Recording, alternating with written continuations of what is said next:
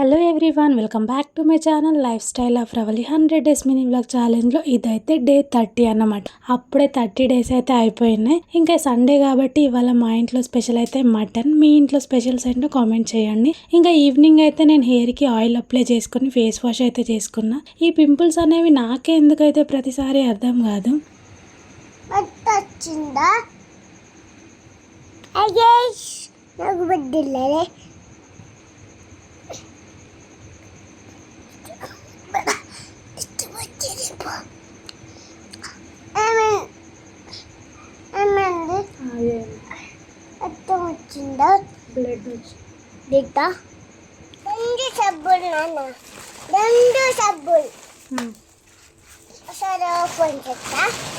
Open చేయొద్దు.